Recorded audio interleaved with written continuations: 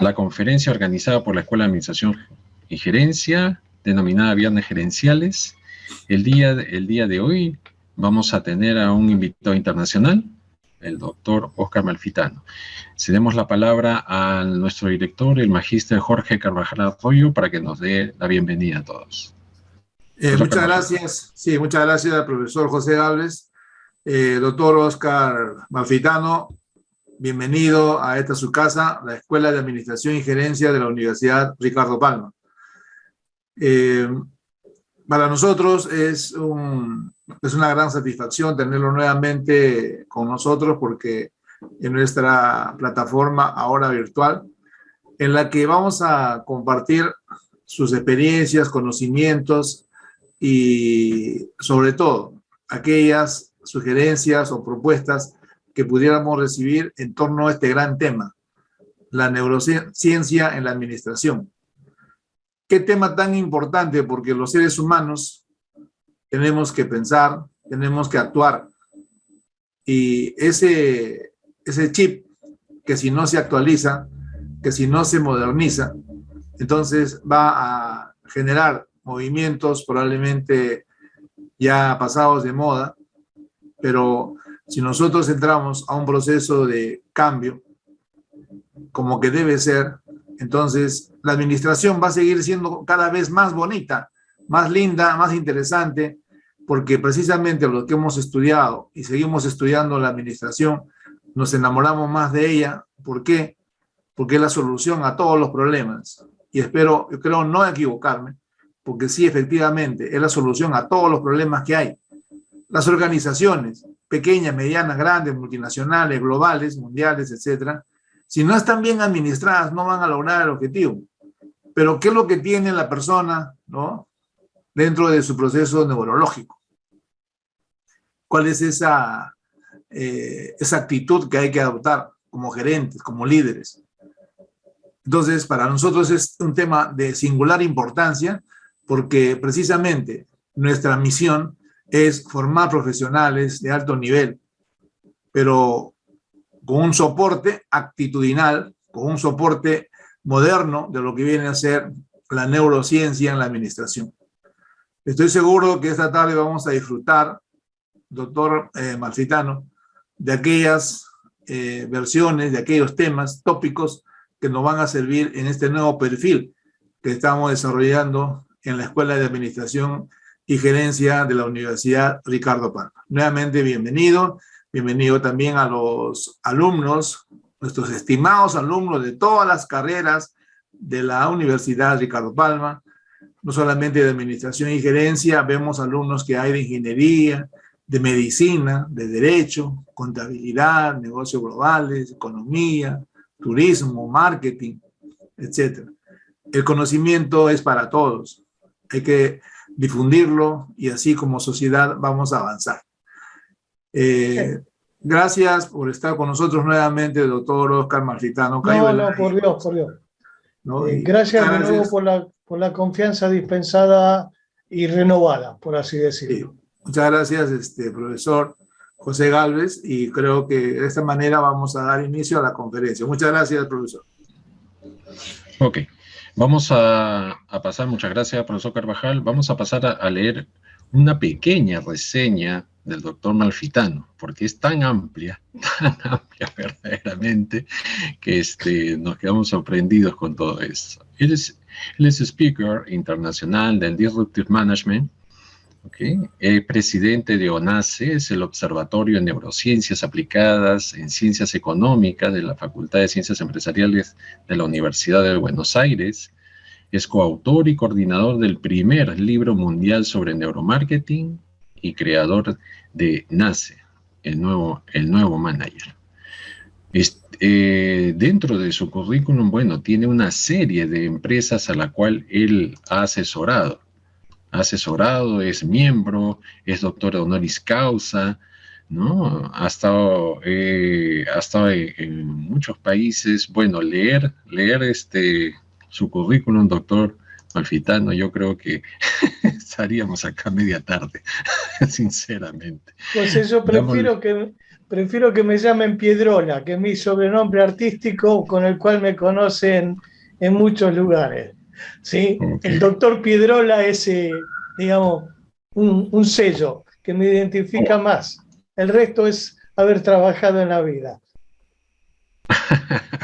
Bienvenido a la Universidad Ricardo Palma, específicamente a la Facultad de Ciencias Económicas, a la Escuela de Administración y Gerencia, y como lo dijo el profesor Carvajal, hay alumnos de todas las escuelas dentro de la Facultad de Ciencias Empresariales.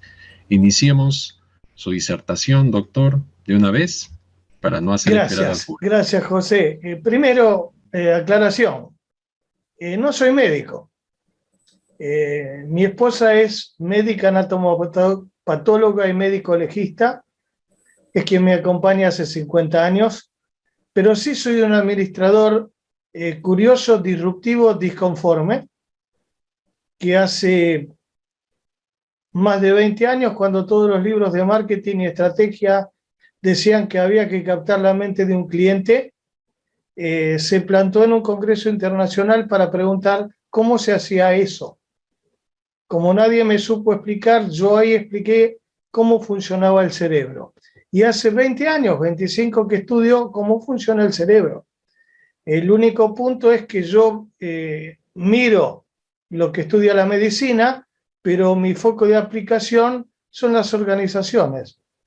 Es donde yo me he desenvuelto en 40 años de trabajo y más de vida en el ámbito profesional en diferentes empresas en donde he trabajado o donde he sido profesor durante 40 años en la Universidad de Buenos Aires y más de 20 como rector de un instituto educativo trabajando en educación mediática o a distancia.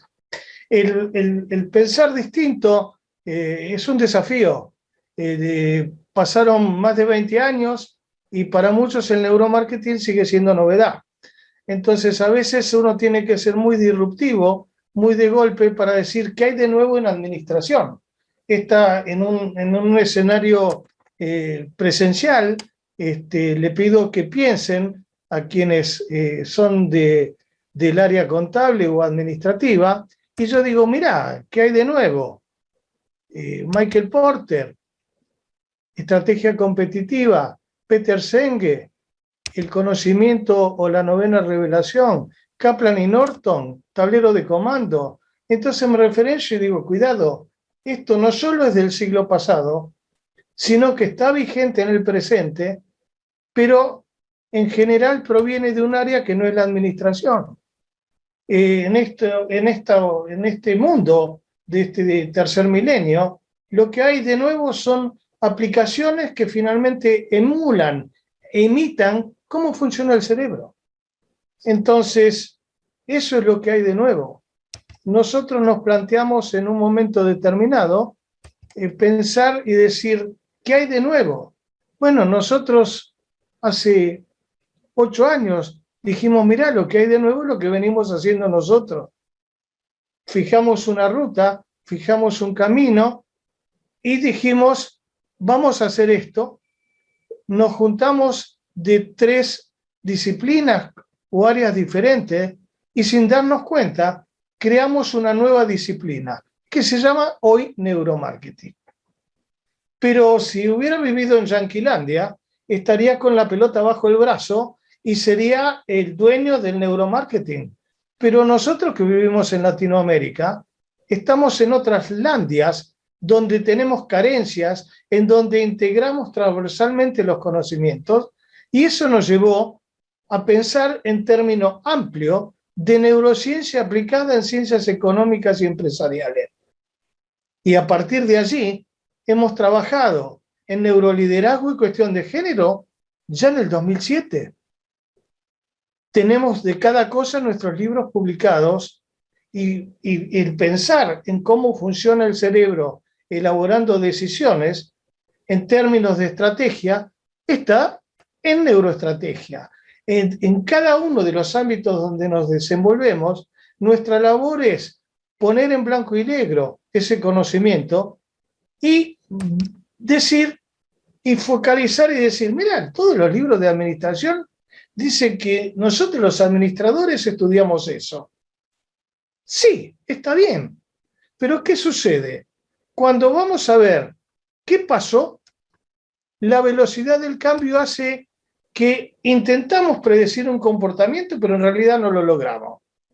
Entendemos que hay una eficiencia y la eficiencia la buscamos a través de la tecnología. Cuando la eficiencia es el ser humano el que la produce, es el ser humano el que produce el crecimiento de las organizaciones, es el ser humano en sus relaciones el que produce la rentabilidad en una organización. Es el ser humano que elabora el conocimiento. Por lo tanto, digo, mira, la ingeniería nos ha ayudado, la sociología también, la psicología también, pero como decía Jorge, nosotros los administradores es como que ponemos todo en una licuadora y generamos la búsqueda de solución de esas interrelaciones humanas.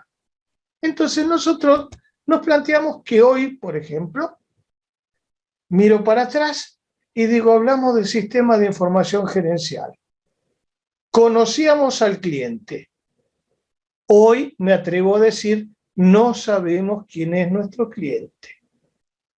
La información que antes teníamos y nos costaba conseguir, ahora está en la nube y nos cuesta más conseguirla y menos todavía entenderla.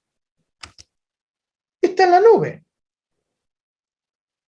AdWords, métricas, pero fíjate lo que voy a decir. Estamos en crisis ambiental y sobre la contabilidad ambiental hay casi y nada escrito. Sin embargo, hay indicadores globales ambientales.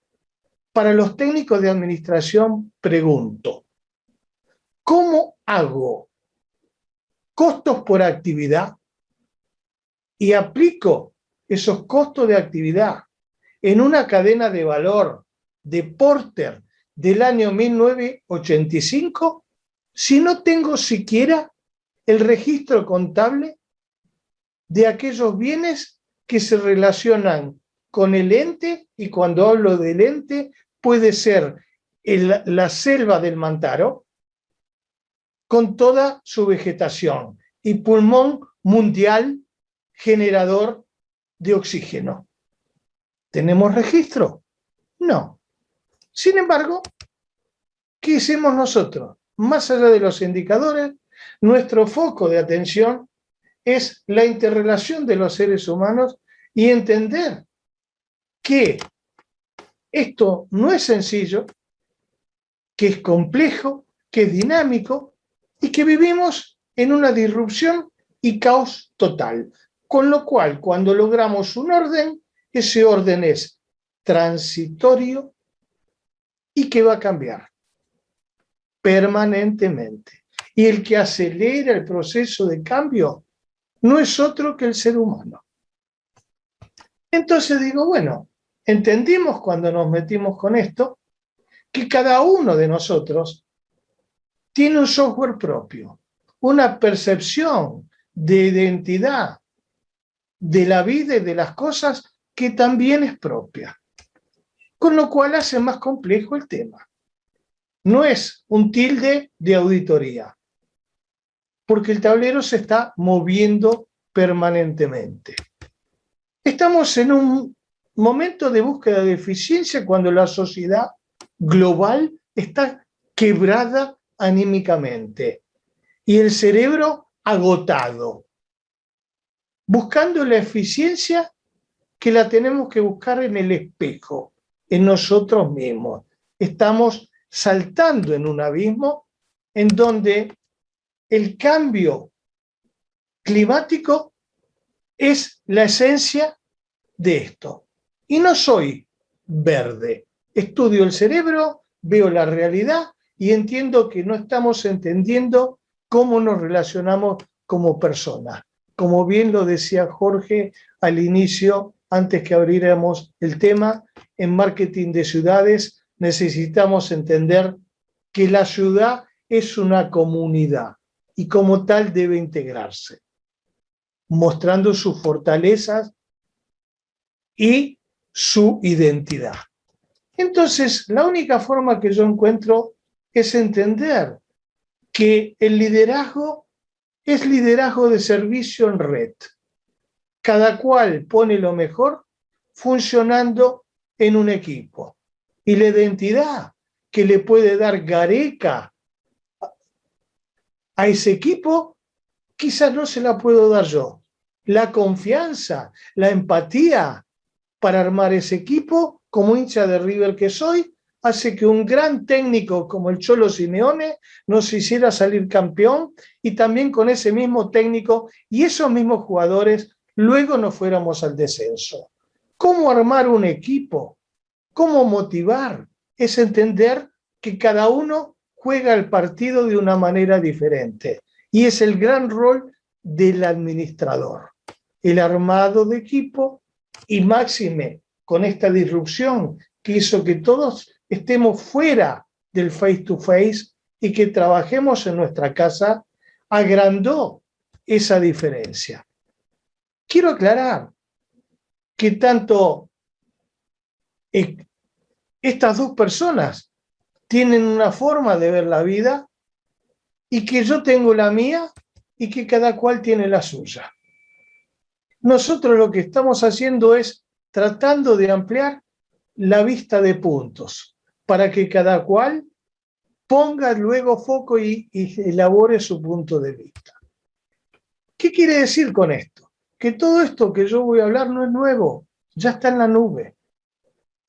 Cuando digo está en la nube, es entender que nuestra huella digital, que nuestra forma de ver, de oír, el sabor, el gusto, el tacto es único y que las empresas que manejan el dominio de este conocimiento lo utilizan en el desarrollo de sus propias marcas. Algunas en forma consciente, otras en forma instintiva. En este punto, focalizamos una convivencia entre la inteligencia humana, las tecnologías de comunicación y la inteligencia artificial, que es una emulación de todo lo que está pasando por el cerebro, pero llevado a software.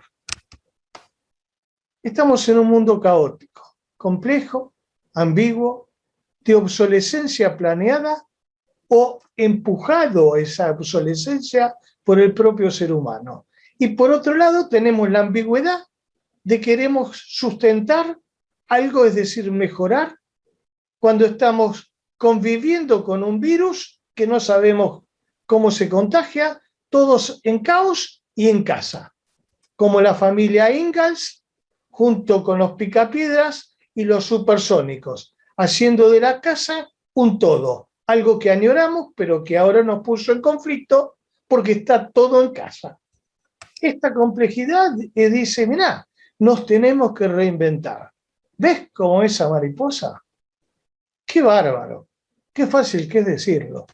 ¿Saben cómo me cuesta reinventarme todos los días y levantarme y con la mochila que cada uno de nosotros tenemos, ir para adelante, ser resilientes, recursivos y reinventarnos? Mira, yo encuentro que primero debo confiar en mí y en el otro.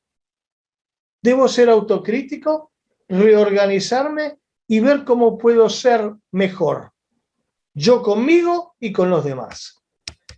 Acá necesito ciencia y conciencia aplicada para mejorar estas relaciones que no están bien.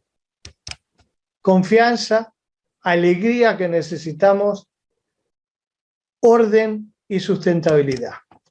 Con todo esto y con ese paraguas marco, nuestro equipo de trabajo desarrolló todo este conjunto de módulos que forman una maestría en total por la cantidad de materias que tiene. Voy a abordar algunos temas, pero quiero decir que todos esos módulos, cada uno de ellos, tiene un respaldo de un equipo de trabajo especializado que lo que hago es coordinar, con gente de toda Latinoamérica, desde México para abajo y sumada a gente de España. Nuestro modelo no lo copiamos, preferimos equivocarnos y hacerlo. ¿Quién es el administrador? Pregunté hace 20 años en ese congreso. ¿Alguien sabe cómo funciona el cerebro? ¿Quién dirige, planea y controla una organización? ¿Quién elabora las estrategias? ¿Yo o el que está acá adentro? ¿Quién es el estratega? ¿Cómo elabora esas acciones? Mirá, la única que me queda, dije en ese momento, es, si no se acabó el fuego, como diría Lerner, volver a empezar y empezar a estudiar para ver cómo ese conjunto de conocimiento que proviene de la medicina, de la química, de la física, lo interrelaciono ya no interdisciplinariamente, sino transdisciplinariamente. Es decir, creando un nuevo conocimiento, haciendo foco y utilizando todos los conocimientos que tenemos a nuestro alcance. Para entender este ente biológico que soy, cómo percibe y cómo se interrelaciona. ¿Para qué? Para conocer esas interrelaciones humanas que se desarrollan en una organización. ¿Para qué?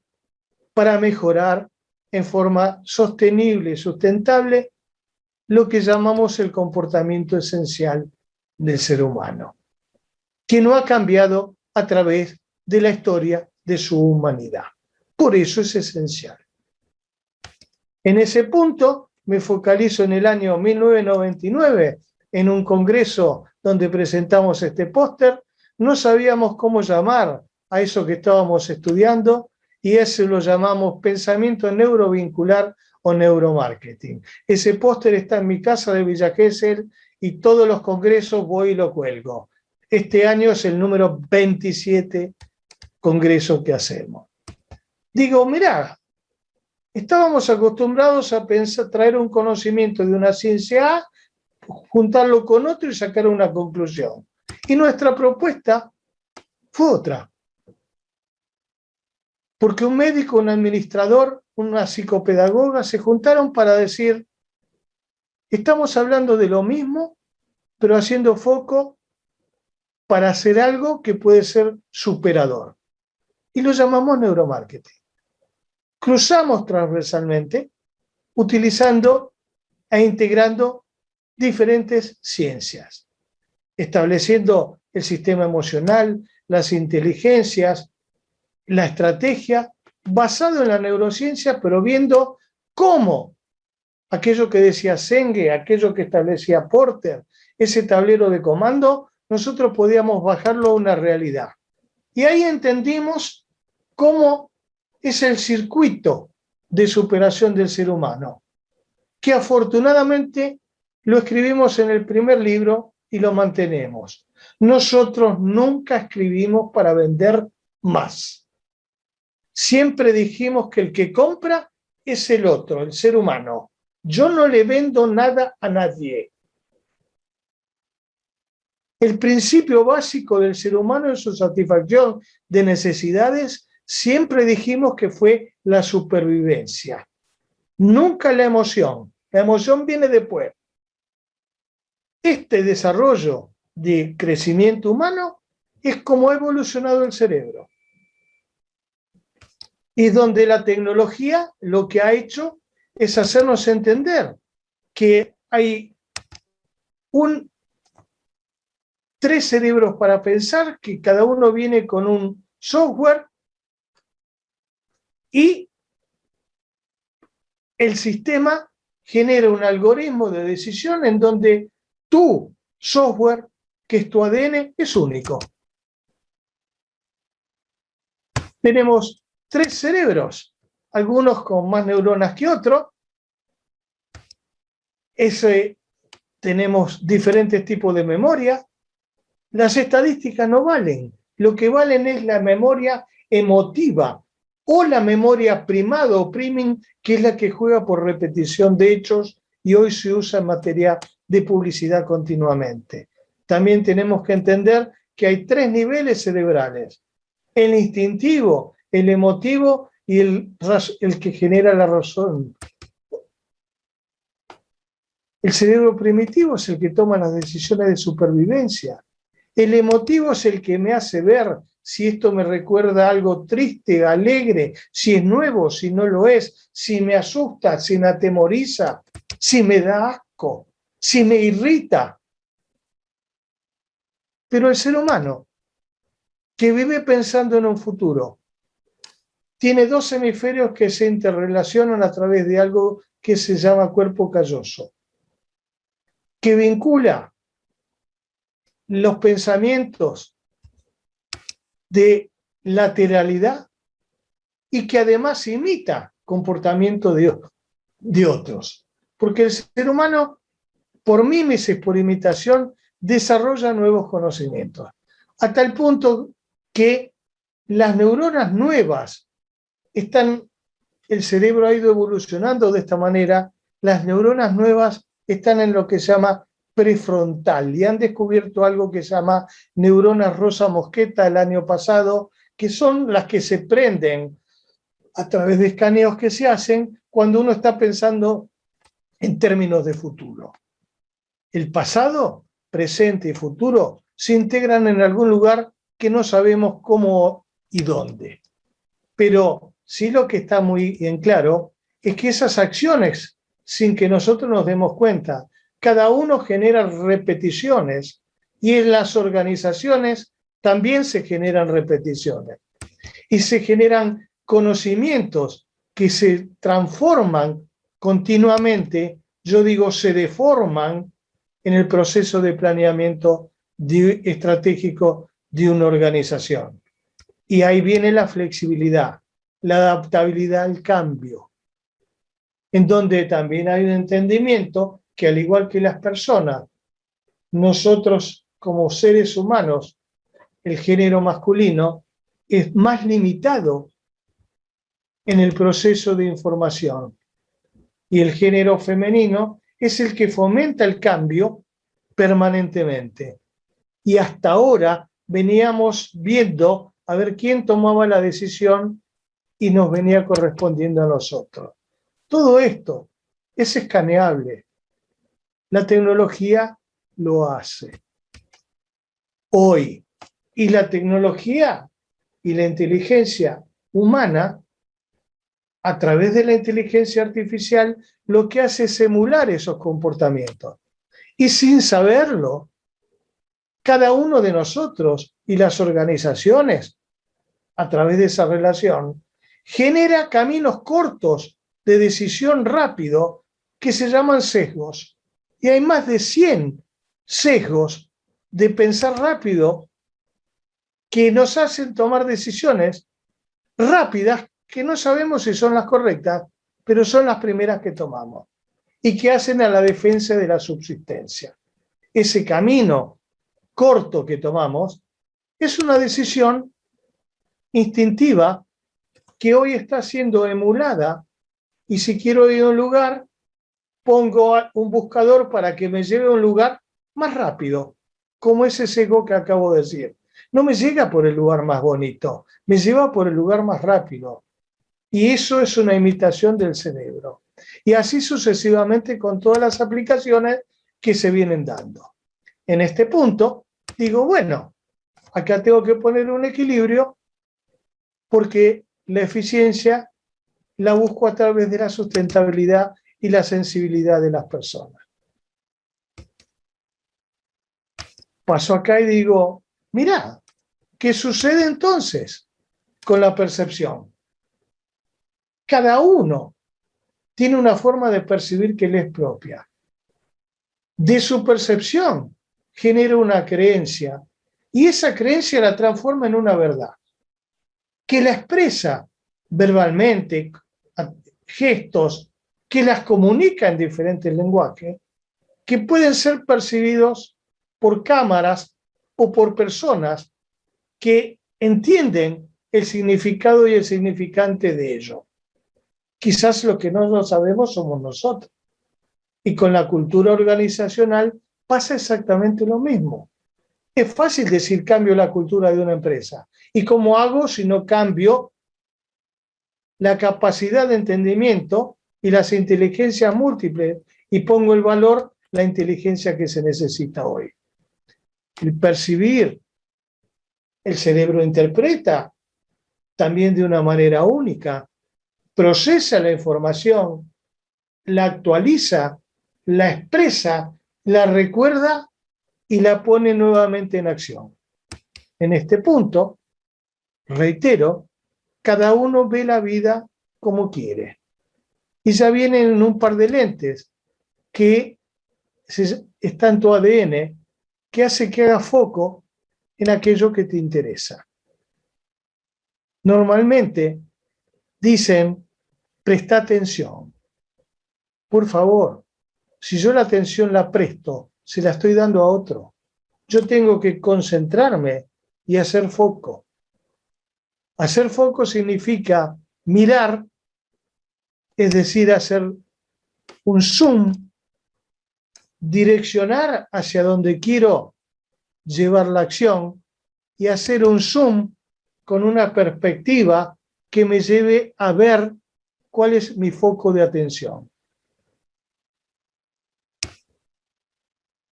¿Qué pasa con las emociones? ¿Cómo impactan las emociones en cada uno de nosotros y en la toma de decisiones? ¿Cómo impactan el sistema emocional de las organizaciones que existe? En el estado de ánimo de cada uno de nosotros que forma parte de la organización. Mirá, Paul Ekman escribió un libro en donde él catalogó los 43 músculos de la cara y los 10.000 gestos que producen. ¿Sabés que hay 16 tipos de sonrisa? Se lo tendríamos que decir a McDonald's, porque solo una es verdadera y espontánea. Las otras muestran cómo no son reales y el cliente las percibe. Esto ya está puesto dentro de un software desde el año 2010 en la Universidad de San Diego y detecta la mentira con un 95%. Alguien del lado ingenieril me va a decir, pero hay un 5% de equivocación. Claro, pero hay un 95% de certeza. Y en este equilibrio, que es una relación química eléctrica, se generan todas las reacciones emocionales que nosotros llamamos neurocomunicación.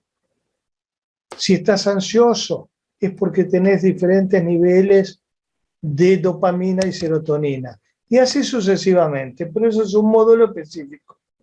Inteligencia. No podés ser inteligente en todo. ¿Por qué? Porque son múltiples.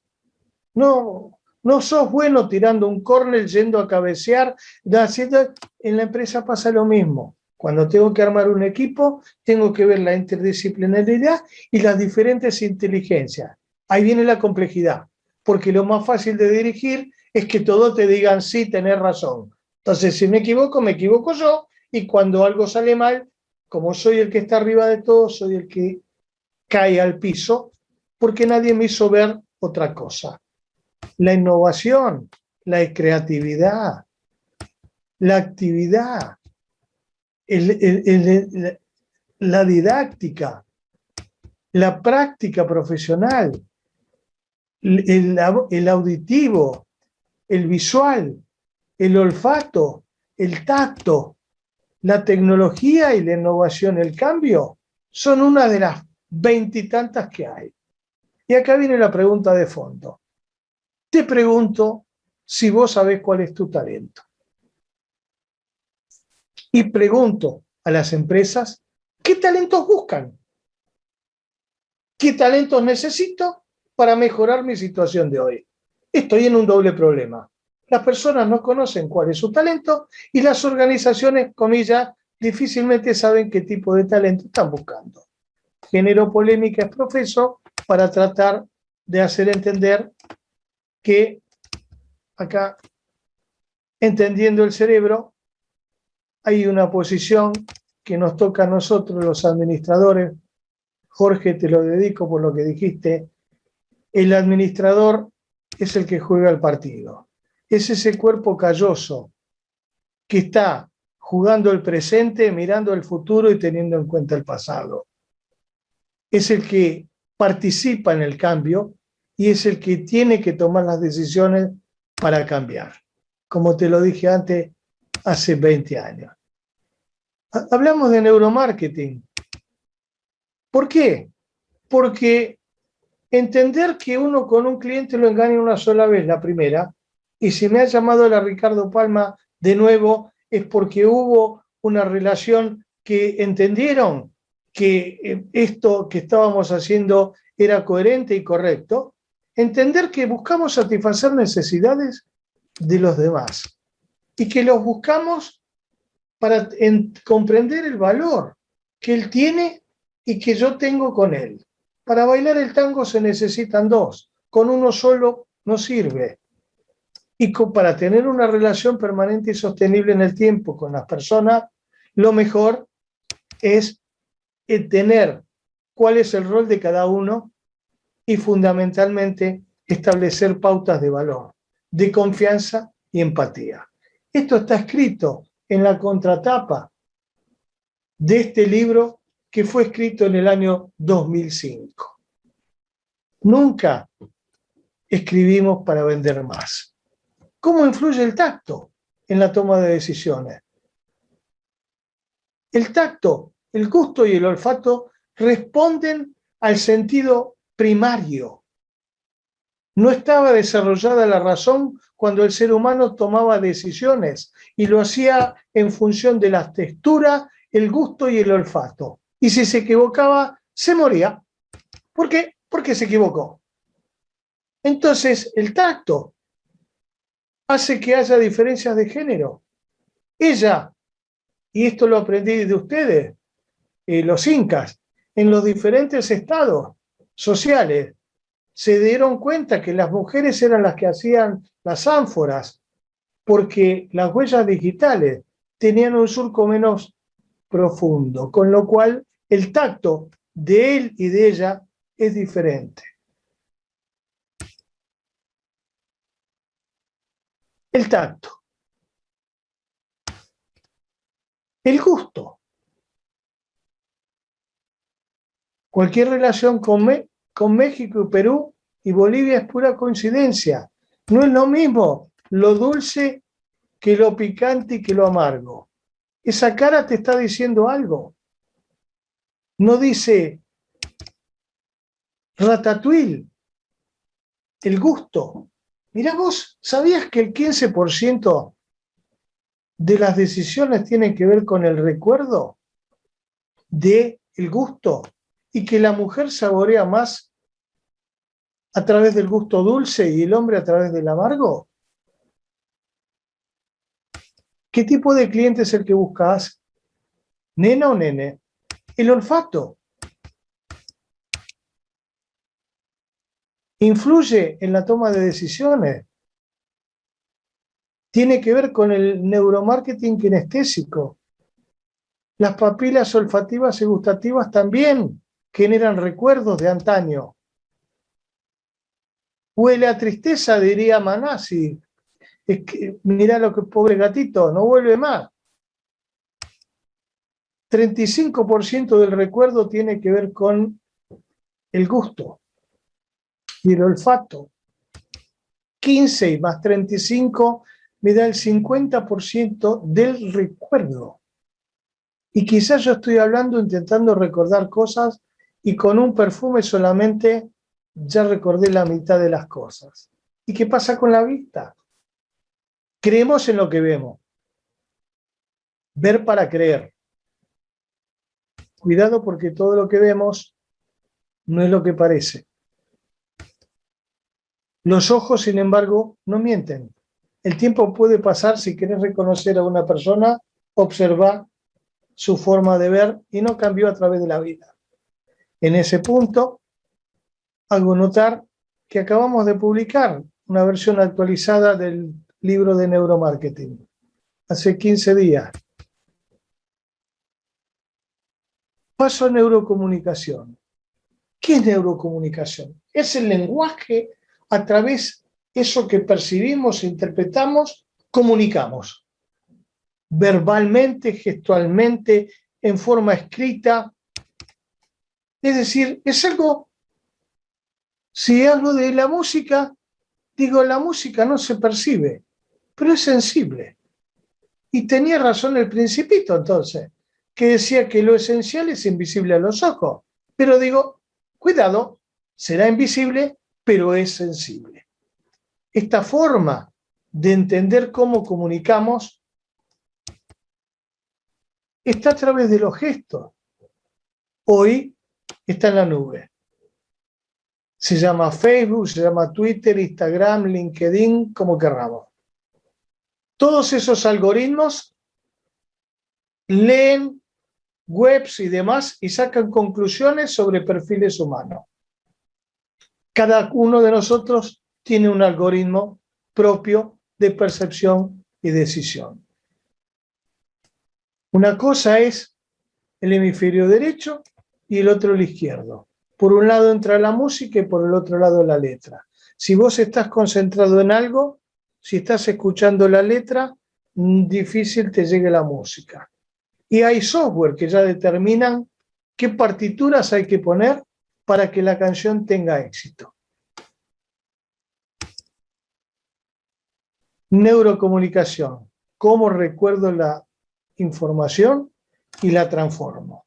¿Cómo en un negocio comercial hago que la gente mire lo que yo quiero, se dirija hacia el lugar que quiero? ¿Cómo comunico todo ello? No solo en la nube, sino en un lugar. En un momento te lo cuento. Aplicar los conocimientos de esto es llevar a la realidad cómo comunico la acción. Tema difícil, que no lo voy a evadir. Para fin de año estamos publicando neuroeducación. Esto en un ámbito universitario. Que alguien me explique cómo enseñamos a aprender cuando no sabemos cómo aprende el que enseña, que es el cerebro. Bruto desafío tenemos por delante. ¿Cómo transformamos al educador en neuroeducador? ¿Cómo incorporamos toda esta tecnología para tratar de educar mejor? Yo aprendí la tabla del 2, 2 por 1, 2, 2 por 2, 4. Muchos de los que me escuchan aprendieron así. Sus hijos no están aprendiendo así y sus nietos tampoco. Eso, ¿sabe cómo se llamaba? Memoria primado, por repetición. Sin embargo, a los que juegan al Candy Crush, al Farm Heroes y piden ayuda y le meten una publicidad o están mirando Netflix, ustedes observen que la publicidad es la misma una tras de otra, como un pájaro carpintero que golpea. Están usando lo que se llama memoria primino primado por repetición para que te quede vinculado en el cerebro, que cuando veas una imagen ya recordás que es eso y te reaprendió y te instaló algo.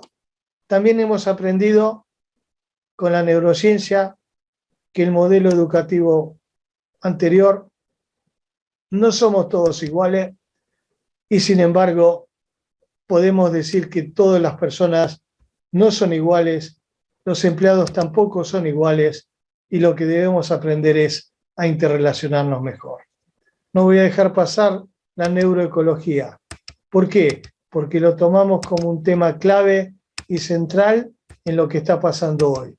Y abogamos que desde el jardín de infante hasta en la universidad se enseñe educación ambiental en todos los niveles. Y dejemos de echarle la culpa al otro. Los culpables somos nosotros. Si no nos gustan los efectos de lo que está pasando con el ambiente, el que lo causa soy yo. El ambiente no lo contengo. El ambiente me contiene a mí. Yo formo parte de algo que convivo con los demás. Educación ambiental en todos los niveles. Entender cómo puedo interrelacionar esa cadena de valor en un plan de negocio. Y en este libro llamado Neuroecología, pido disculpas. ¿Por qué? Porque un especialista en planeamiento estratégico como yo, cuando hacía los planes de negocio en todas las empresas que tuvo, no consideró el cuidado ambiental. Me hago cargo. Ahora antepongo el ambiente como lo plantea las Naciones Unidas en sus objetivos de desarrollo sustentable. Contabilidad ambiental, querer un poquito a nosotros mismos, al otro, economía circular para tratar de estar mejor. Cadenas de valor como metodología para aplicar, para analizar las estructuras de las empresas. Porter, Senge, todo junto, actualizado. Economía, y ya yendo un poco a las preguntas, no encontré ningún, estoy ya con el libro terminado, están leyéndolo, no encontré desde Aristóteles y Platón, que fueron los primeros que escribieron sobre economía, que ninguno de los dos me dijera que la abundancia no era buena. Entonces, yo no le puedo pedir al cerebro que algo que inventó el ser humano, que es la pobreza, ahora trate de erradicarla. Entonces, el 3% de la humanidad tiene lo que el 70% de lo que le falta al otro. Es difícil cambiar esa manera de pensar, pero quizás entendemos que nuestro comportamiento, nuestra evolución, y que es el ser humano que comparte un ambiente, que ese ambiente forma parte de una naturaleza y que esa naturaleza forma parte de un universo, y entendemos cómo pensamos, cómo percibimos, cómo procesamos y expresamos esa información, quizás entendamos que somos nosotros el que desarrolla esas interrelaciones que estoy mencionando en el cuadro. ¿Por qué? Porque tenemos economía ambiental, economía azul, economía verde, imitando la naturaleza. Tenemos una economía de innovación y cambio y desarrollo tecnológico, imitando al cerebro. Tenemos esa economía naranja de innovación o de conocimiento, que es todo el talento que el ser humano propone para innovar y cambiar. Tenemos esa tecnología TIC transformada en inteligencia artificial. ¿Y quién la produce? El ser humano. ¿Quién desarrolla los software? El ser humano. ¿Entendemos que debemos conocernos mejor? ¿Entendemos que debemos comprender cómo esta interrelación nos lleva hasta Internet de las cosas, a pensar en que una moneda que no existe, que está en la mente, tiene un valor? El ser humano creó confianza en una percepción de algo que lo transforma en creencia y que, ven, acá hay una moneda. Yo no la veo, pero alguno la vio. Y por acá va a pasar el mundo. Entonces, entender esta complementariedad ambiental es la que nos puede entender que necesitamos una reconstrucción de confianza porque la sociedad está en crisis. Para ese punto se necesitan líderes. Y lo que se ha notado es la ausencia de liderazgo. Porque todos los líderes mundiales hicieron la más fácil y lo mismo. Nos encerraron en casa para lavarnos con las manos y lavarse ellos las manos con lavandina y alcohol. Y lo que se necesita es entender que el liderazgo es como un espejo, un prisma de una sociedad. Estamos como estamos por falta de participación, por falta de autorresponsabilidad y por faltas de liderazgo positivo. Para eso decimos, bueno, deberíamos entender que somos diferentes y poner en valor cuáles son los valores que hoy la sociedad demanda de los nuevos liderazgos.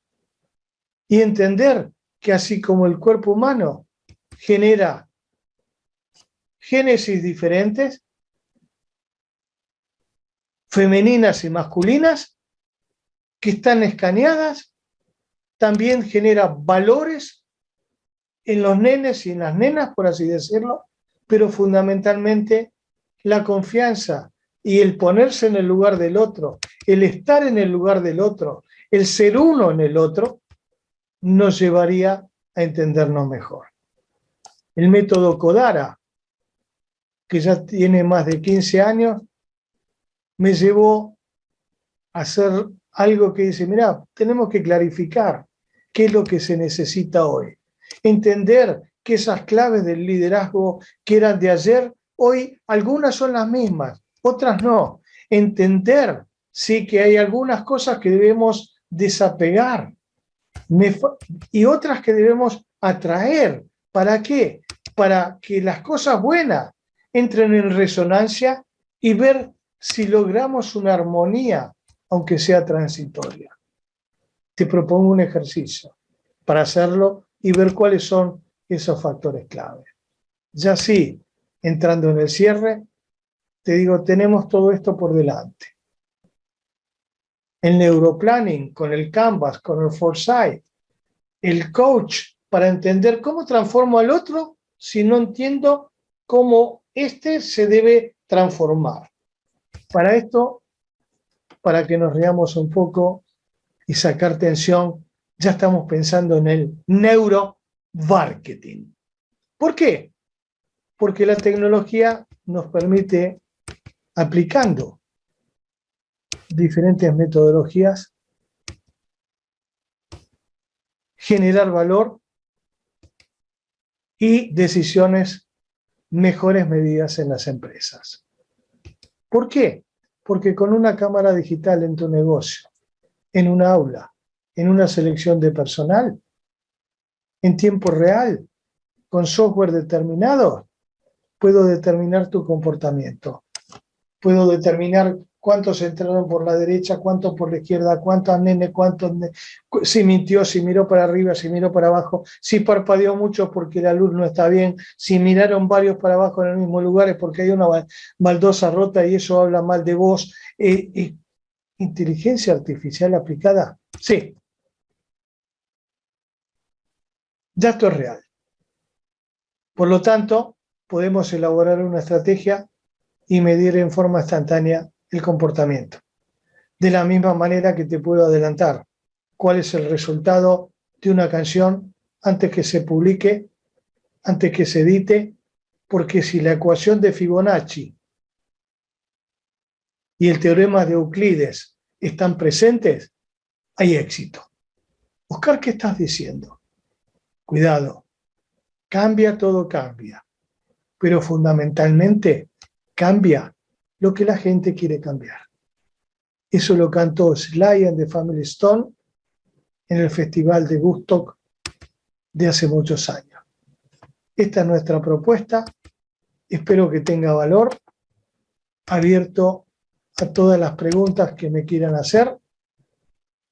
altagerenciainternacional.com es la startup con visión global, pero siendo una pyme, de gente con una visión amplia y diferente, que nos integra y propone valores que no estamos copiando.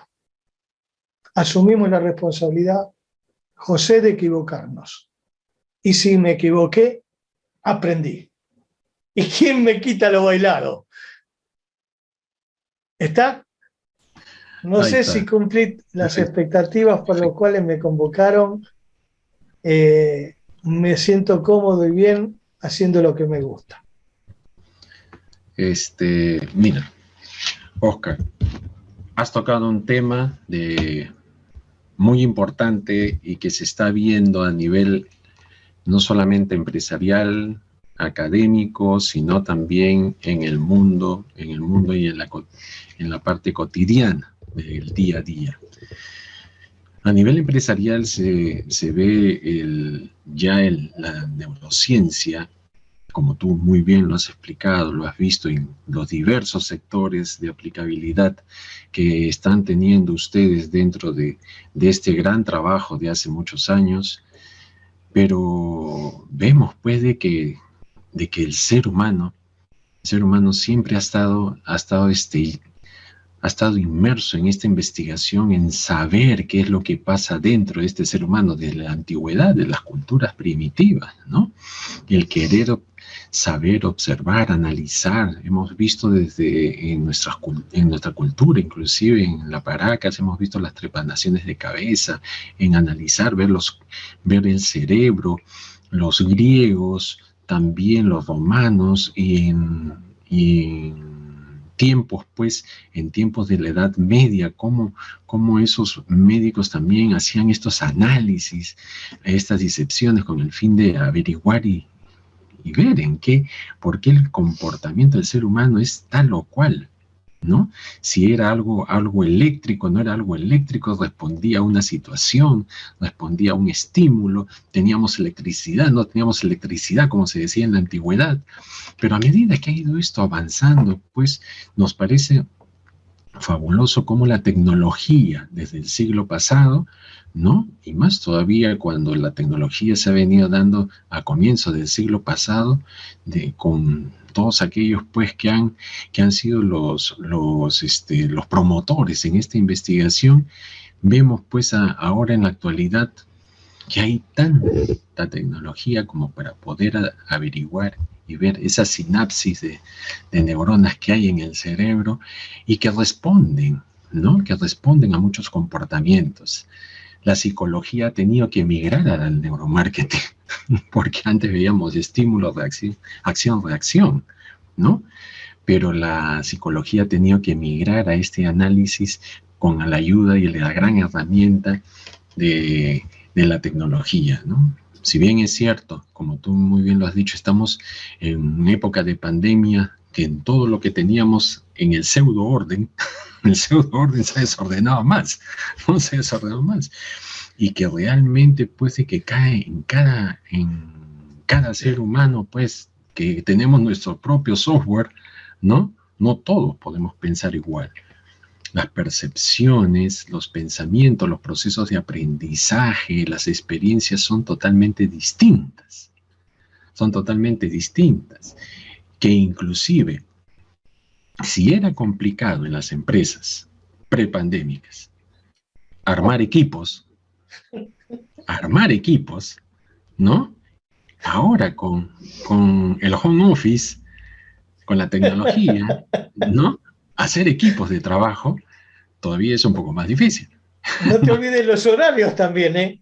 Los horarios también, sí, ¿no? Porque como dicen, la gente dice, el jefe dice como, bueno, ¿están en casa? No tienen horario, pues tampoco, ¿no? José, ¿dónde están los pasillos en donde vos y yo nos encontrábamos e intercambiábamos nuestros problemas? En donde el gerente, que no era un gerente de escritorio, salía a caminar para encontrarse con la gente, para entender un poco lo que pasaba, o salía al mercado, al campo de batalla y se metía en la góndola para ver por qué no vendía. Perdón, yo soy abogo por ese tipo de gerente. Entonces, estaban los que estaban viendo a ver si hacían esto que estoy diciendo o no, y después digo, y ahora no puedo salir, ¿qué hago? Todo virtual. Todo virtual, efectivamente. Y ahora vamos a volver al confinamiento. Pero mira, para China está volviendo al confinamiento. Sí. China está volviendo al confinamiento. Yo hablo de caos y quiero que me entiendan que soy argentino. Nosotros, creo que dicen que está Japón, Argentina y el resto del mundo para entender cómo es el mundo, ¿no? Entonces, esta pandemia, porque alguien la instaló, me hace ruido. Yo hoy creí que iba a estar así porque hoy recibí mi tercera dosis de vacunación.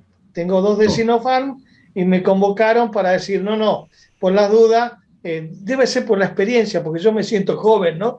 Me dieron la tercera.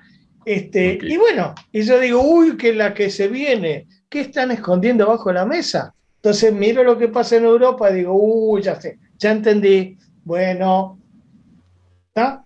Entonces es un tema. Es un tema. Sí, Por eso y la palabra convivirus, ¿no? sí, y el ser administrador en esta época, como yo le digo a mis alumnos, ustedes no saben la experiencia que están teniendo como riqueza, conocimiento, porque nosotros, que ya estamos por irnos, no hemos vivido estos momentos, estamos recién viviendo casi al final de nuestras épocas, viviendo cómo se ha generado una pandemia, cómo ha ingresado a cada país, cómo cada país ha ido manejando de acuerdo a sus recursos, de acuerdo a la efectividad de la toma de decisiones. Ustedes están aprendiendo a cómo se va manejando, cómo se aperturan nuevamente los sectores económicos, productivos del país, cómo se establecen los protocolos a nivel nacional, a nivel regional, a nivel global, cómo se están viendo la administración de recursos, cómo se está viendo ahora frente a pandemia, el futuro desabastecimiento que se está viendo a nivel global, ¿no? Por efecto de que China ya no está produciendo microchips, entonces ya no hay carros, no va a haber computadoras, no va a haber N cosas, ¿no? Y China pues abastece al 60% de los productos del mercado global. Entonces, como te decías, se han cerrado puertos en China, se han cerrado ciudades en China porque han vuelto al confinamiento por lo mismo de que está pasando esto. Entonces, ¿cómo yo administro en este caos? ¿No? ¿Cómo yo administro en este caos? Que tengo que hacer un estudio transversal, como tú decías, ¿no? No interdisciplinario, sino transversal, transdisciplinario.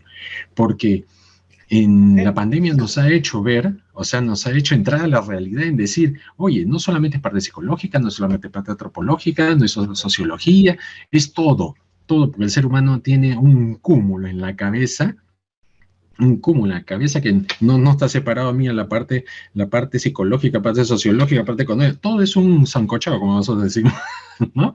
Mira, Entonces, yo quisiera hacer un comentario de fondo. Yo no le puedo pedir a un médico, o sea, las profesiones tienen modelos mentales.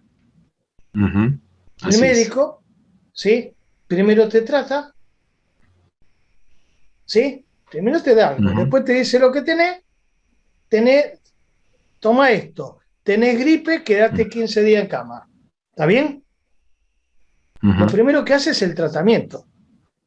Nosotros los administradores, lo primero que hacemos es un pronóstico, un diagnóstico y después al final el tratamiento.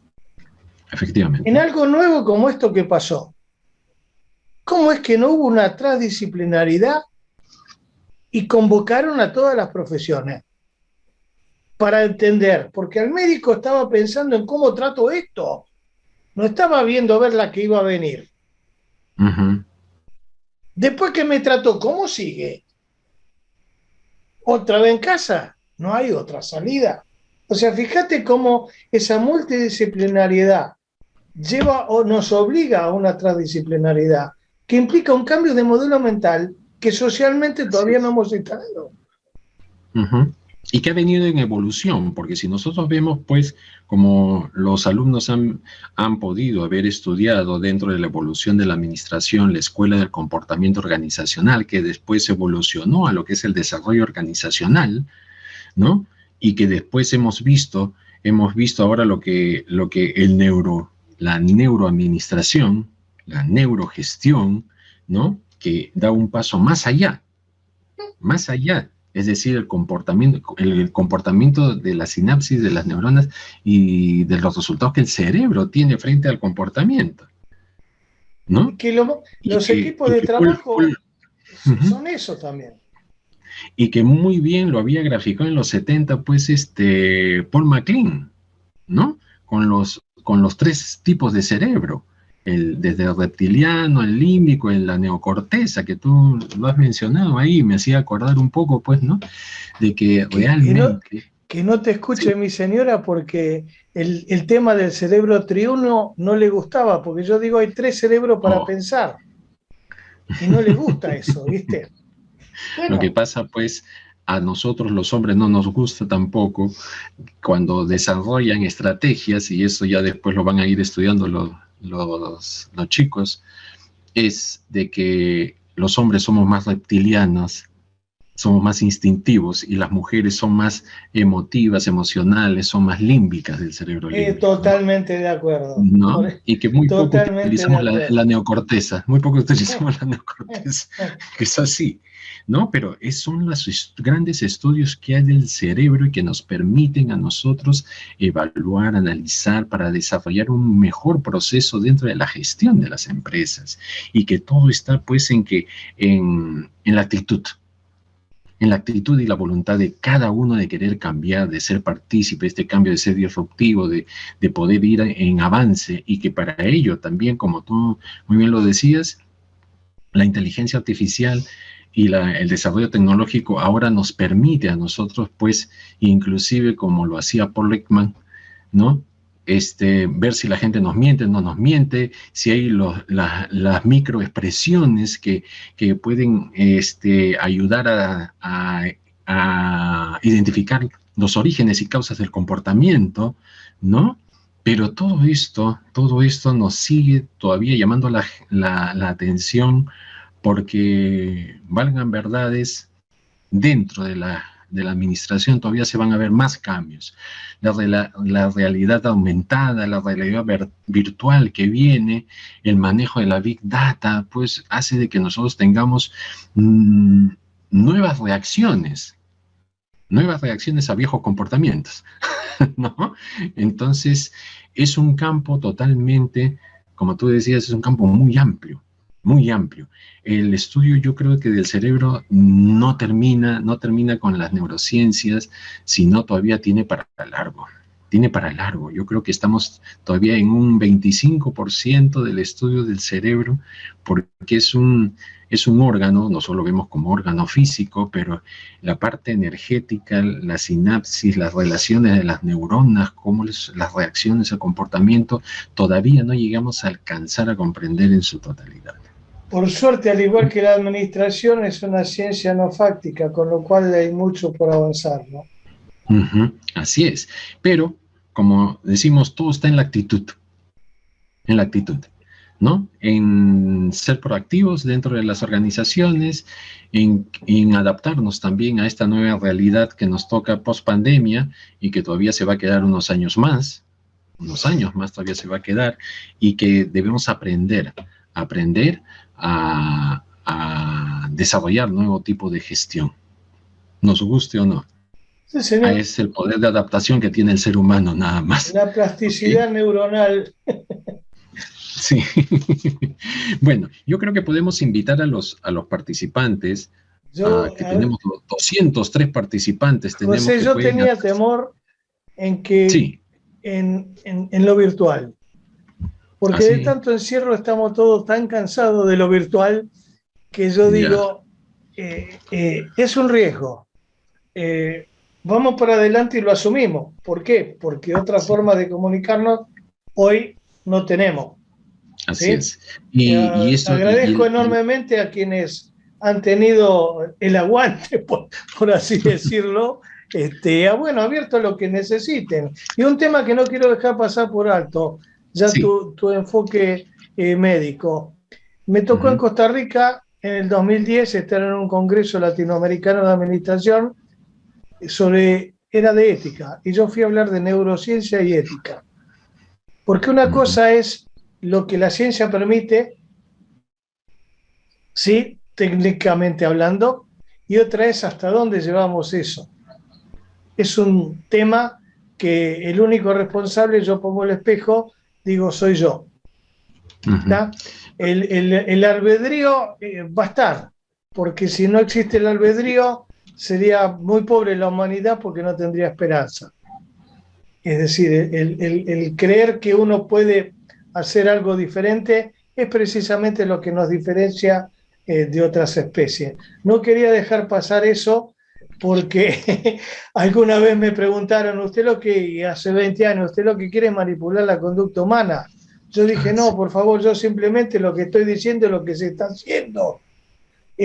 No le eche la culpa a Einstein por la teoría de la relatividad y después vino alguien y tiró la bomba atómica. Por favor, las cosas se pueden hacer para un bien o para lo otro. cada cual en su conciencia lleva esto que no quiero dejar pasar en lo que hace a la visión ética de las cosas. Así es. Sí, pues la ética ha prevalecido dentro de todas las ciencias, pero hay mucho comportamiento no ético que también hay que reconocer que ha permitido los grandes avances en la ciencia, ¿no? Pero no por eso vamos a vivir fuera o estar al margen de ello, ¿no? La parte de la razón está concentrada y establecida en el frontal ventromedial y ahí saben dónde atacar, pero Dios dirá después y nosotros veremos. Abierto a lo que necesiten, acá estoy. Ok, a ver si tenemos algunas preguntas por parte del público asistente que han sido, como estamos viendo acá en el sistema. Hemos llegado actualmente a las 204 personas que están participando en estos momentos. Te digo, los alumnos de la Universidad Ricardo Palma son ávidos al conocimiento. Es buena la curiosidad, ¿eh? Y esto demuestra todos los viernes que nosotros mantenemos viernes a viernes dentro de los semestres, mantenemos temas de interés dentro de su proceso de formación profesional. Yo creo que, Óscar, el tema que has tratado de la neurociencia en una administración, todavía en esta época, es de gran importancia. Es de gran importancia, porque se vive tanto estrés, tanto el confinamiento ha generado muchos efectos psicológicos, sociales, económicos, ¿no? Dentro de las familias y de la población en general, ¿no? Yo creo que todavía vamos a seguir con estos efectos un buen tiempo más. Nos estamos acostumbrando, estamos en casi en sectores con apertura, pero según lo que estamos viendo, vamos a entrar a un confinamiento en nuestra región todavía unos 2-3 meses más, ¿no? Porque ya iniciaron en otros continentes. Esperemos de que no sea como al inicio, nada más, en donde las economías no paren. Sin embargo, no podemos saber, solamente escuchamos las noticias de las cosas que están pasando. Si hay algunas preguntas, por favor, por parte del público, estamos llanos a poder atenderla para que el doctor Malfitano pueda inmediatamente responder.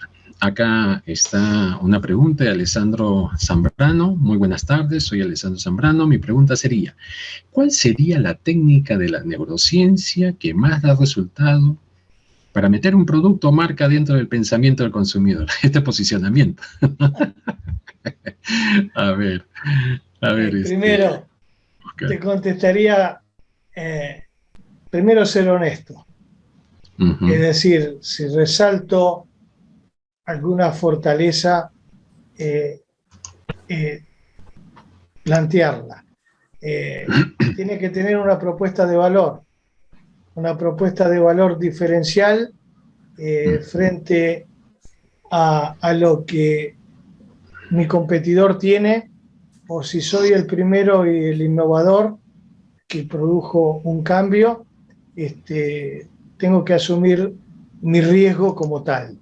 No hay una receta mágica en el libro para tildar y llevar adelante. Yo digo, debemos aprender con el método PIE, prueba y error. Las startups son consecuencia de esto. Es poner un prototipo de algo que después voy mejorando. Esto es hoy. El tema es que no tenemos la información del cliente. Se hace difícil en toda esta desarrollo, vos lo mencionabas con el Big Data y todo lo demás. Yo menciono ejemplos simples que nos pueden a veces ilustrar. Cliente fiel de una casa de empanadas. Voy y compro con mi esposa, vamos a comprar empanadas. Tantas de carne, tanto de esto, tanto del otro. Mientras estoy esperando, viene alguien con una bicicleta mirando como diciendo, ¿será acá? Sacó su celular, se lo mostró a la señorita, le dio un envoltorio, lo puso en una cajita roja y se fue. Hace el delivery. Para. Yo llego a mi casa, me voy a comer las empanadas. Una empanada que decía carne, adentro tenía masa, no tenía carne. Soy cliente habitual, me gusta ir a comprar personalmente. A la semana siguiente les llegó la empanada que había guardado en el freezer. Mira, me pasó tal cosa. Bueno, está bien, te la cambio. Bárbaro. Mi esposa le dice, mira, como estoy llevando tanto de esto y tanto del otro, ¿me la cambias por una de jamón y queso? No. El manual dice que se la tengo que cambiar por la misma, de carne. Bueno, le digo, me encantó. Le digo, mira, le digo, yo mandé, como es una franquicia, mandé por una queja por internet. Nunca me contestaron. Ya le van a contestar, me dijo. Perfecto, muchas gracias. Yo te hago la pregunta a vos. Si vos fuiste el que compró bajo alguna aplicación un producto, que te lo mandó a buscar a alguien con una bicicleta y te tocó la misma empanada que a mí, la pregunta que te hago es, ¿de quién es el cliente? Yo que soy el que tengo la casa de empanada, ¿no debería tener la data de quien no la tengo? Antes podía tenerla. Y mi mamá, en un negocio, conocía a sus clientes y tenía una casa de ropa, y cuando traía una ropa era para fulana, mengano y sutano. Ese conocimiento que yo digo neuromarketing, es conocer al cliente, se viene perdiendo. El Big Data no me lo está dando. Yo no sé si el cliente es visual, auditivo, kinestésico, si le gusta el rojo, el amarillo, el azul. Estoy perdiendo noción de tiempo, espacio y contacto con el cliente. Sin embargo, tengo que administrar. No sé si contesté la pregunta. No, está bien, no nos olvidemos, no, que está bien, porque ¿cuál es tu propuesta de valor, no? ¿Cuál es tu propuesta de valor, en primer lugar? Eso está claro. Y de ahí hay que tener en cuenta que realmente la Big Data, el CRM, son tableros cuantitativos. Y que no podemos perder esa relación, esa interacción empresa-cliente. Porque si se pierde esa interacción de empresa-cliente con un chatbot, digamos, ¿no? De inteligencia artificial, entonces se perdió todo. Se perdió esa riqueza que nosotros le llamamos de la conversación de cliente con la empresa, ¿no? Y yo creo que teníamos una pregunta de Dina, creo que era. Había alzado la mano. Había una señora. Donna Ticlavilca. Donna Ticlavilca. Por favor, Donna. Permítenos darle pase. ¿Sí? Menel, por favor, ¿le puede dar audio a la señorita Donna Ticlavilca? Donna, ¿puedes activar tu audio? Sí, buenas tardes. ¿Me escuchan? Muchas gracias. Sí, se te escucha muy bien, Donna. Bienvenida. Excelente exposición. Sí, muchas gracias. Excelente exposición. Me gustó mucho y mi pregunta es, ¿qué tan importante es la neuroplasticidad hoy en día en las organizaciones? Ok, muchas gracias, Donna. Pregunta profunda. Digamos, en esta velocidad del cambio autoimpuesto por el ser humano, la neuroplasticidad organizacional es el estar con ese tablero, tomando lo que decías hace un ratito, José, y ese neuromarketing como algo que estoy monitoreando permanentemente, porque la velocidad del cambio ha acelerado nuestro proceso de plasticidad y adaptabilidad, hasta nos está confundiendo y agobiando. porque el cerebro no estaba preparado para tantos cambios a tanta velocidad. Quizás algunas organizaciones, por su constitución de management, sí, pero individualmente nos cuesta, porque nos está pasando que cuando terminamos de aprender algo me lo cambiaron. Y estamos transformándonos yo digo, mini zombies del clic de la comunicación. Ejemplo, y esto, si en un proceso de enseñanza y aprendizaje, en general quien está del otro lado lo que busca es el resultado, no le interesa el proceso. Si vos no conocés el proceso, no podés generar cambios e innovaciones. Y generar preguntas y respuestas con resultados nada más que te lo haga un robot. Porque quizás estás preguntándole a un robot y te está dando la respuesta.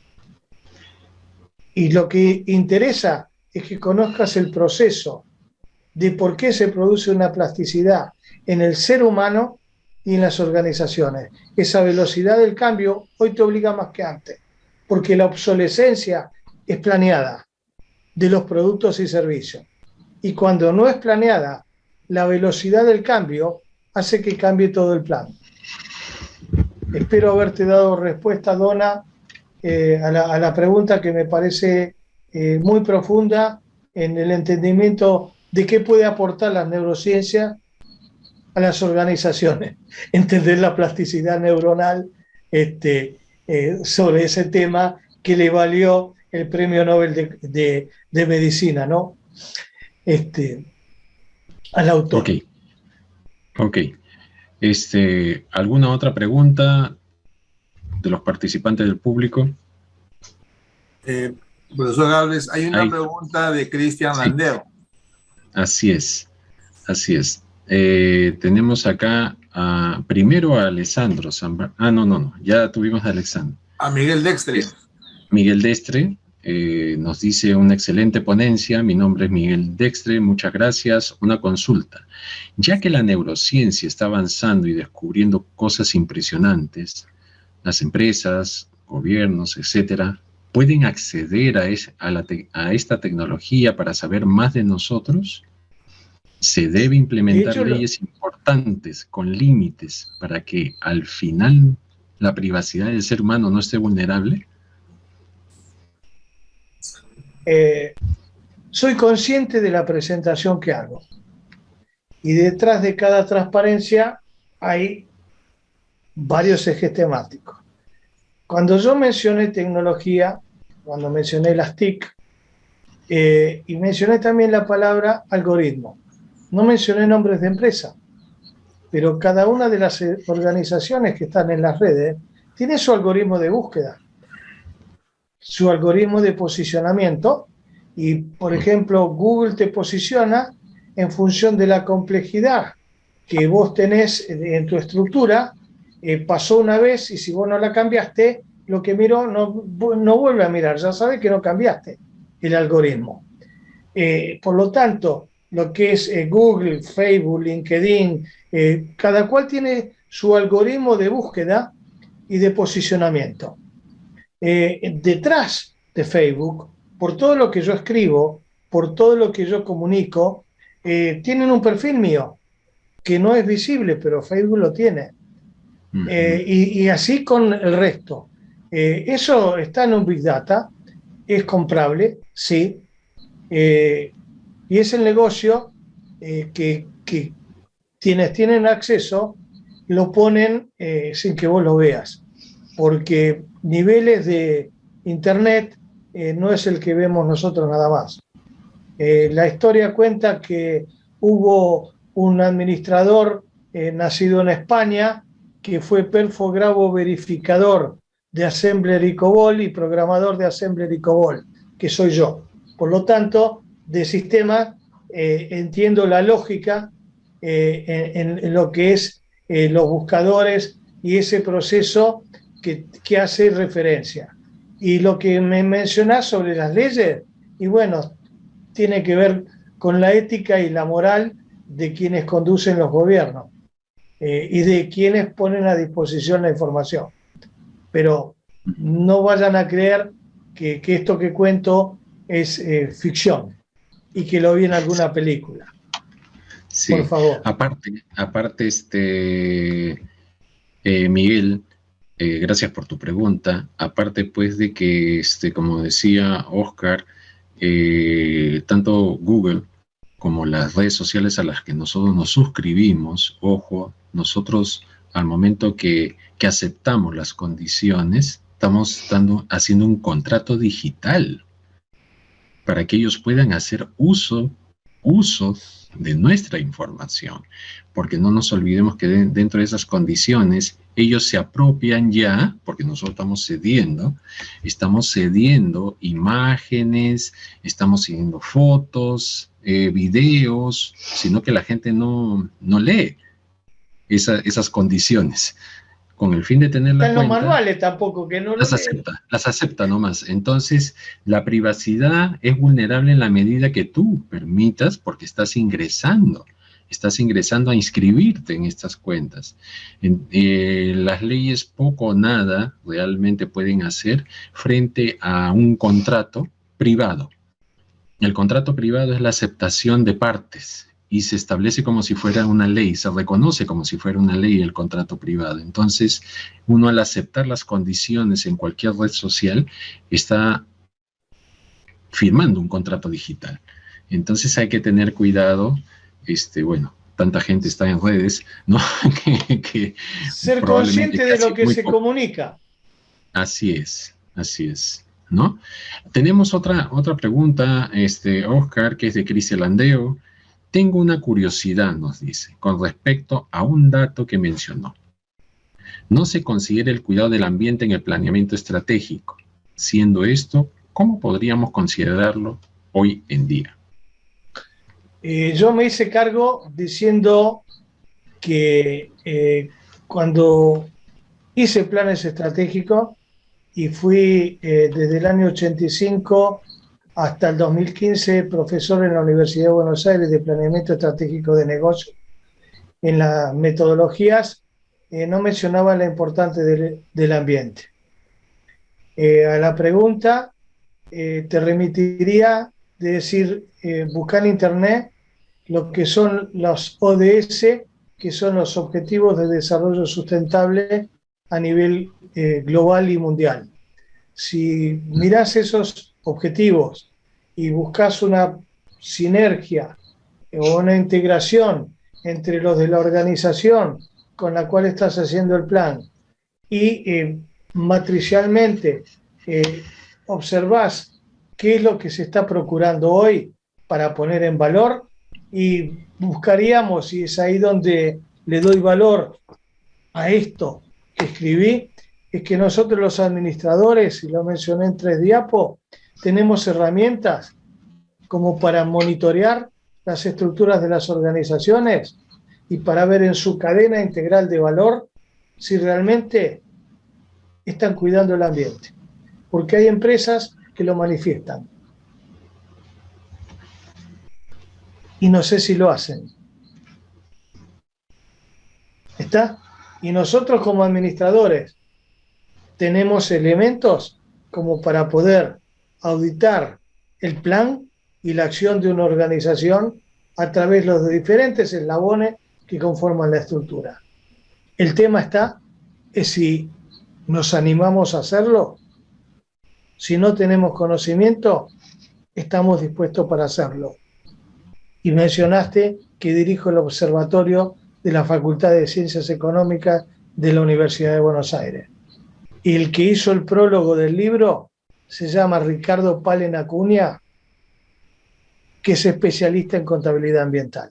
Y es quien me puso en ese cargo que creamos especialmente.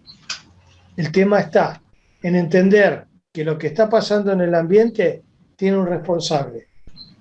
Empiezo por casa. Soy yo. Y que lo debo contemplar cuando hago un plan. Uh-huh.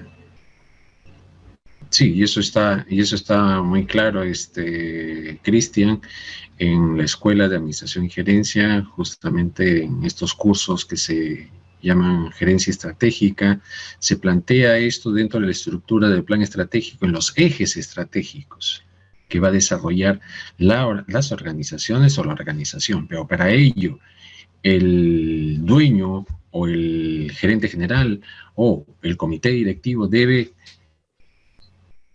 creer en esto, porque de nada sirve que, digamos, el gerente general probablemente, o uno de los miembros del comité ejecutivo plantee dentro de la estructura del plan estratégico como eje el cuidado del medio ambiente o desarrollar un ecosistema, y vaya la propuesta y los directivos no creen en esto, ¿no?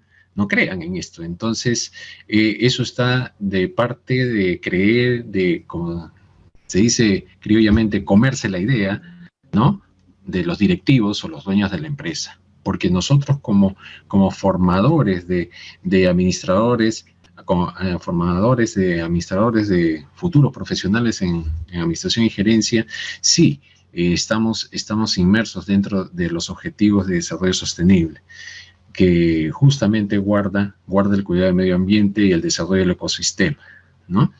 Pero como te digo, Cristian, eso depende de los que dirigen la empresa, si ellos creen en esto, ¿no? Si ellos han tomado como política y lo ponen en el eje estratégico.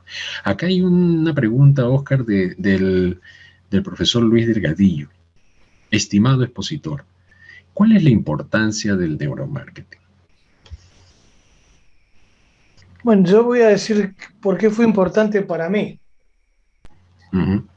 Porque al estar disconforme con lo que decían los libros y ser curioso, empecé a estudiar cómo funcionaba el cerebro, y si aprendí algo en la vida es llevar adelante aquello que estudié, y mi relación con quienes me acompañan tiene más de 20 años.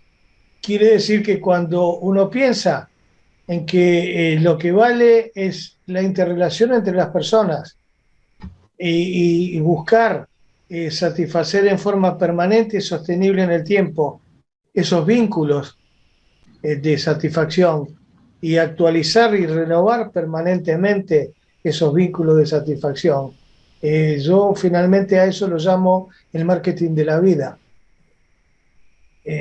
Porque finalmente uno agrada y desagrada consciente e inconscientemente al otro, y busca satisfacer y mejorar su nivel de satisfacción, de necesidades. Y yo entiendo esto como un intercambio de valores entre las partes.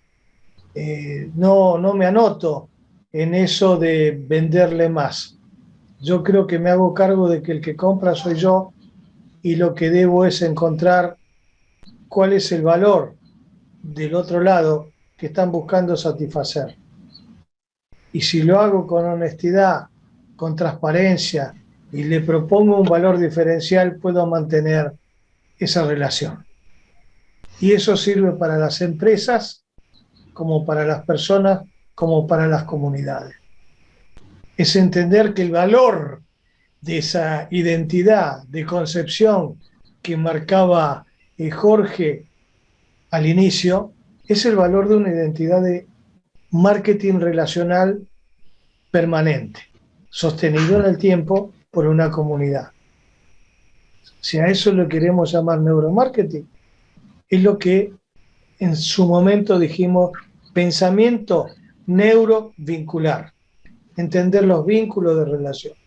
No sabíamos cómo llamarlo, no existía ese nombre. ¿Está? Le pusimos eso. Bueno, ahora nos reímos y decimos neuromarketing. Suena más simpático que el otro, ¿sí? Espero haber dado respuesta a esa pregunta. Acá hay una pregunta y también una participación después del profesor Alberto Guzmán. Hay una pregunta de un alumno que es Ángelo Flores. Buenas tardes, soy Ángelo Flores de la Escuela Profesional de Administración y Gerencia. Mi pregunta es, ¿de qué manera o cómo podríamos aplicar la neurociencia para una buena gestión del área de recursos humanos? Gracias. Bueno, acá se me va a enojar mucha gente. ¿Sabes qué? Yo no soy un recurso. Así es. Yo soy una persona. Si vos me entendés como tal y entendés que tenés que entender nuestra interrelación, yo voy a ir donde yo quiero. Voy a ir donde vos querés si estoy identificado. Con lo cual, lo primero que debo hacer es hablarle a él de una manera diferente. Que se entienda que es una persona con identidad, con dignidad, con valores, dispuesto a dar lo mejor dentro de una organización.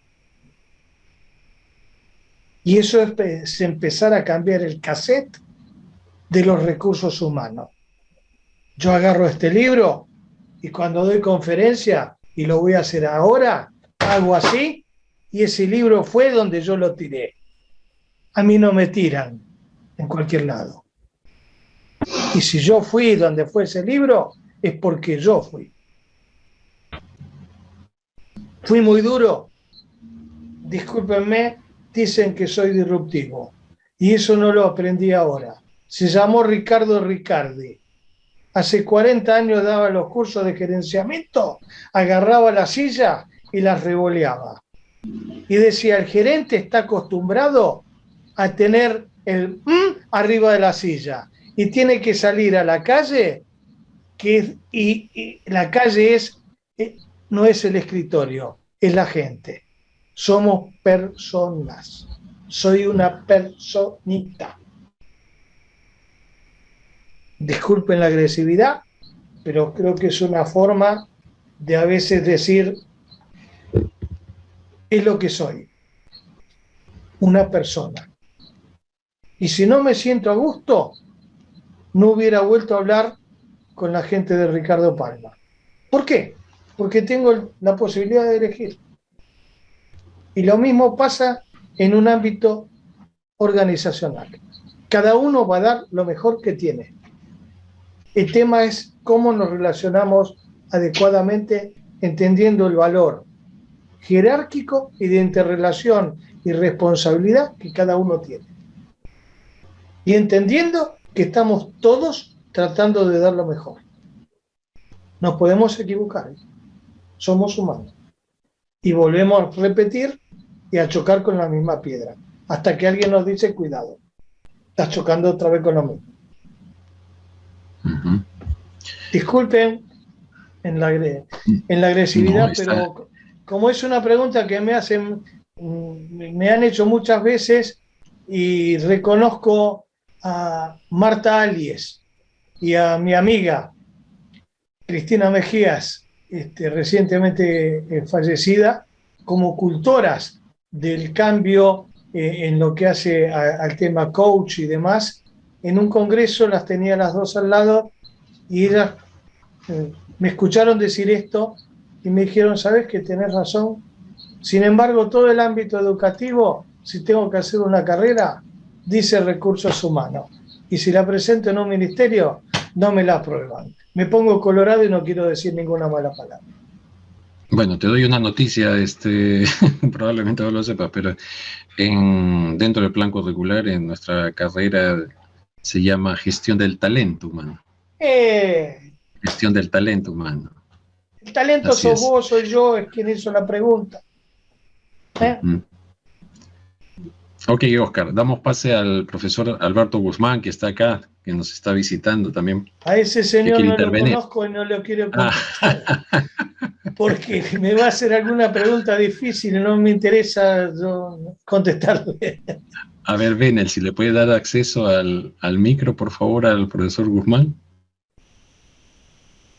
Él es el culpable de esto, ¿eh? Sí. Alberto, ¿ya estás con audio? Donde dice la pantalla, hacemos clic. Ahora ya no, ya hago el pase. Era solamente para darle un abrazo a la distancia a Oscar y todos los que estamos en el Perú, metidos ya desde hace varios años en el tema del neuromarketing, valoramos mucho estas participaciones y con más razón si están relacionadas con nuestra querida universidad.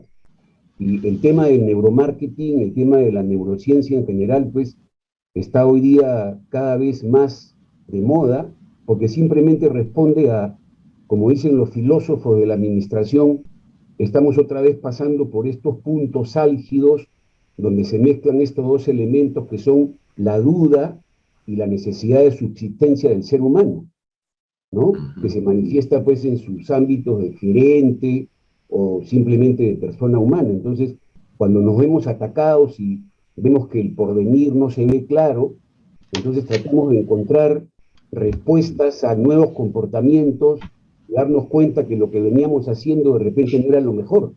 Así que ahí emerge esta nueva corriente del neuromarketing para darnos una serie de satisfacciones y una serie de explicaciones a muchas cosas que están pasando, ¿no? Así que yo disfruto de momentos como este, Oscar, un abrazo cariñoso y esperemos que estés mucho más conectado con nosotros. Un abrazo. Gracias, Alberto. Amistad. Ok, gracias, Alberto. Por sobre todas las cosas. Confianza y empatía.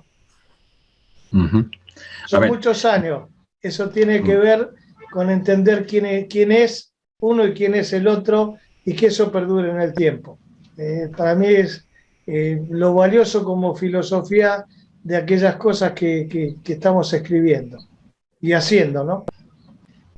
Ok, Oscar. Entremos a la última pregunta, que es de Lisbeth Alburquerque.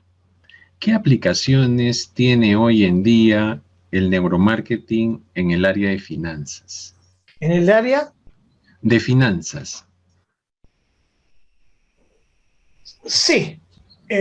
A ver, ¿dónde resulta difícil esto? Yo quiero sacar la palabra neuromarketing y poner neurociencia aplicada. Es más amplio, es más abarcativo.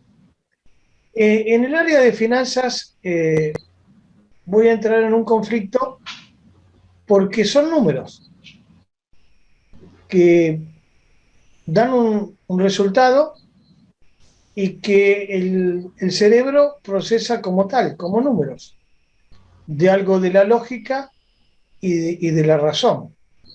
El problema no son los números, sino la perspectiva que uno tiene en relación a esos números, a eso que busca lograr y planea y tiene como resultado. Obviamente, el entendimiento de cómo funciona el cerebro y que uno planea en general por sobre las expectativas de lo que uno puede lograr y genera un resultado diferente, nos puede traer satisfacción o insatisfacción. Entender el modelo y el proceso es entender que si yo genero un número, es nada más que eso. Es un número, pero ese número del otro lado tiene una correlación de sentimiento, que es lo que ese número puede reflejar. Y la memoria va a recordar la parte emotiva y no la numérica. Por eso cuando puse en un momento un cerebro y hablé de futuro y puse a los economistas, hablé de pasado y puse la contabilidad, y nosotros nos pusimos como el cuerpo calloso de interrelación. Porque de lo que va a pasar mañana podemos estar todo el día hablando y difícilmente alguien va a mirar qué es lo que dije y qué es lo que pasó.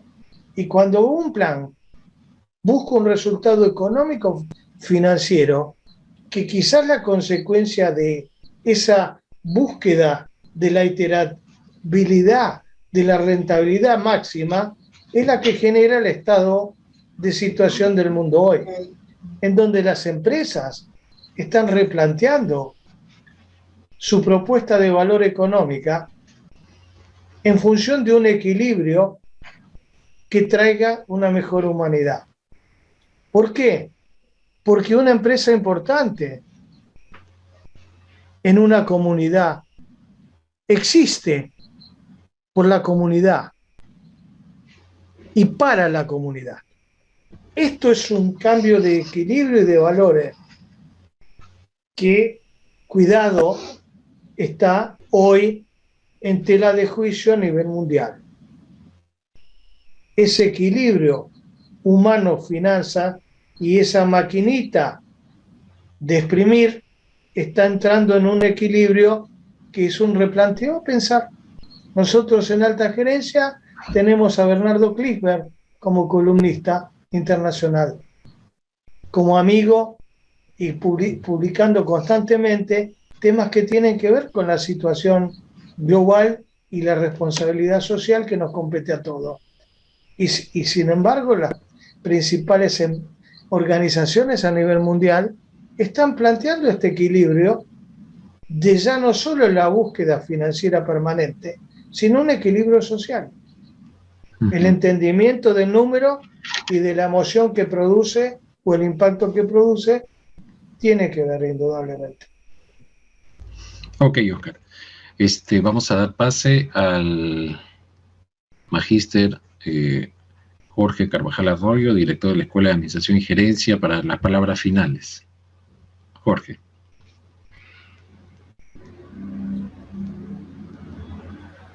Muchas gracias, José. En primer lugar, Oscar, mi agradecimiento y felicitación por esta excelente disertación. Realmente has tocado un tema que abarca un momento de actualidad y sobre todo de retos.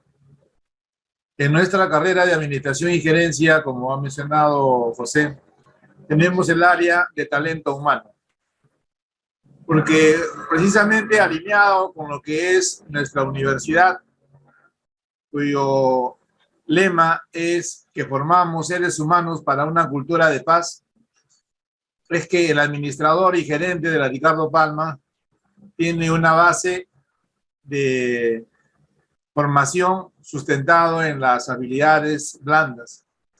Sin embargo, también tenemos que prepararlo para un gran reto, que es el de enfrentar situaciones que son muy difíciles. Uno de ellos es el aspecto generacional. El aspecto generacional no es muy simple por cuanto las personas que pertenecemos al siglo pasado tenemos un esquema diferente. Los millennials tienen otra proyección. Los jóvenes que tienen una generación ahora muy cambiante también pasan por este análisis y por ello ese gran reto. Con las explicaciones que nos has dado, Oscar, nos permite ubicarnos de una mejor forma. Como acaba de decir, la persona no es un recurso. Y ese es un gran pensamiento, porque efectivamente el planteamiento que tenemos nosotros es que en una organización todo te pueden quitar o todo puede perderse, pero menos las personas. Con las personas podemos hacer todo. Si es que evidentemente tenemos un gran equipo, tenemos una cohesión, una sinergia que nos permita proyectarnos de una mejor forma.